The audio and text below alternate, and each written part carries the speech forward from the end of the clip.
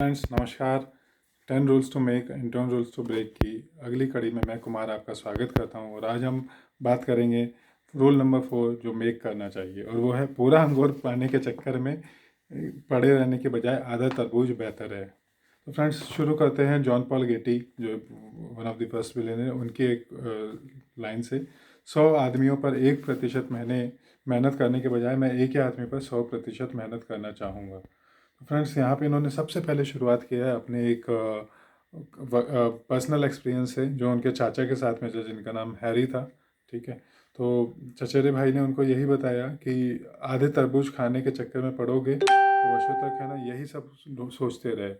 और उसके बाद में है ना जब इनको समझ में आया तो ये समझ में आया कि हम लोग अक्सर है ना कामकाज को अपने हाथ से नियंत्रण करना चाहते हैं और हम उस पर हावी रहना चाहते हैं। ठीक है, और उससे क्या होता है कि हम एक कंपनी को ओन करने लगते हैं जो छोटी सी कंपनी होती है ना।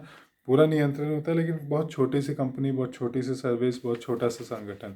लेकिन अगर हम बड़ा सोचें और चीज़ों को लोगों के हाथों में दे दे है ना, और हम फोकस कर सके हमारे कामों पे, हम बिजनेस को बड़ा करने पे फोकस कर सके, तो ये कितना अच्छा हो सकता है। तो सफलता की ओर आगे बढ़ने का यही एक तरीका है। और यहाँ पे उन्होंने एक स्टोरी बताई है माइक्रोसॉफ्ट, आईबीएम और एप्पल की।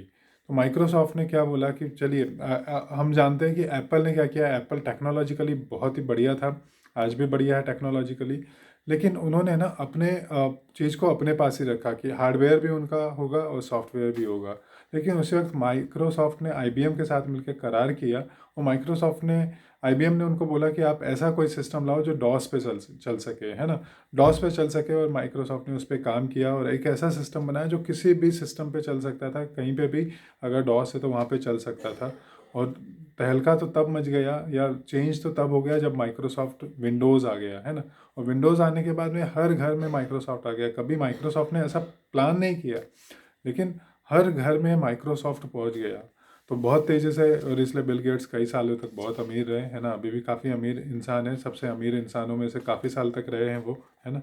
और लेकिन एप्पल का क्या हुआ कि एप्पल का धीरे धीरे, क्योंकि उन्होंने प्रोप्राइटरशिप रखा, अपने इसमें ही रखा, तो धीरे धीरे उनका मार्केट शेयर कम होता चला गया।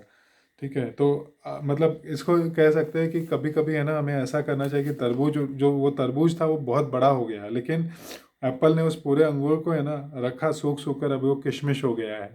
ठीक है फ्रेंड्स, तो ऐसा देखा। और फिर एक और चीज़ हम बात करें, बांटो और बढ़ो। बांटो और बढ़ो मतलब क्या है कि इसको हम समझते हैं 7 habits of highly effective people में स्टीफन कोवी ने जो लिखा हुआ है कि निर्भरता, स्वतंत्रता और पारंपरिक निर्भरता, ये तीनों चीज़ें होनी चाहिए। लेकिन बहुत लोग है ना सेकंड स्टेज पे आके, मतलब स्वतंत्रता पे आके ये ना रुक जाते हैं, उसके आगे ग्रो नहीं करते हैं। ठीक है, सो जैसा कि हम यहाँ पे अगर बात करें तो तीन चीज़ें होनी चाहिए। पहले तो नियंत्रण छोड़ना सीखना पड़ेगा, है ना, अगर हमें हमारे बिजनेस को या कोई भी संगठन को आगे बढ़ाना है।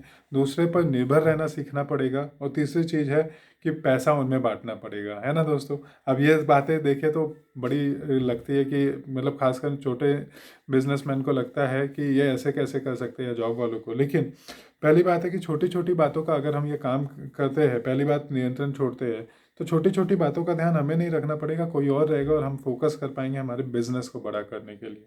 दूसरी बात है कि स्वतंत्र रह पाएंगे, है ना। अगर हमने दूसरों के ऊपर रेस्पॉन्सिबिलिटी डाल दिया है तो हम हमारे जैसे लोगों के साथ में मिल के है ना और प्रोग्रेस कर सकते हैं।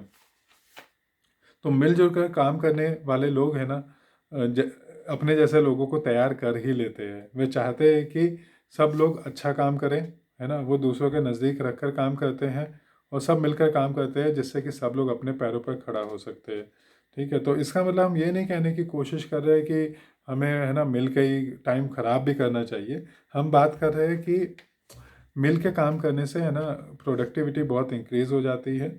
ठीक है, सो जैसा मेगा ट्रेंड्स करके है तो उसमें भी यही लिखा हुआ है कि अधिक प्रभावशाली लोग नेटवर्क में काम करते हैं।